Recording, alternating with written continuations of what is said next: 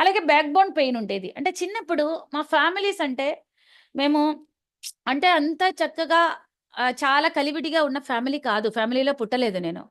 అలాంటి ఫ్యామిలీనే ఎన్నుకున్నాను. అది ఫ్యామిలీ తప్పు కాదు. నా యొక్క ఆత్మీయ ప్రగతి కోసం అలాంటి ఫ్యామిలీనే ఎన్నుకున్నాను. సో, అందుకు మా ఈ యొక్క నలుగురు పిల్లలనమాట. సో, నాన్నగారు మిలిటరీలో ఉంటారు. అమ్మగారేమో ఈ పొలాలు ఇవన్నీతో అమ్మ తిరుగుతూ ఉంటారు.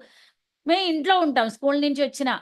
సో, మేము నలుగురు గూడా గొడవలు పెడతారు. అందులో మా తమ్ముడు, అక్క చాలా విపరీతంగా మమ్మల్ని కొట్టేవారు. నన్ను, చెల్లిని. సో, ఇలా వంగి నిలబెట్టి వంగి ఇలా పెట్టేసి వెన్నెముక్క మీద ఇలాగ గుద్దేవారు.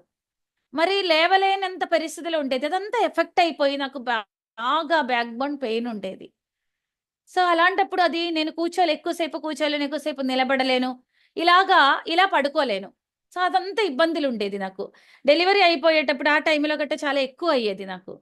కానీ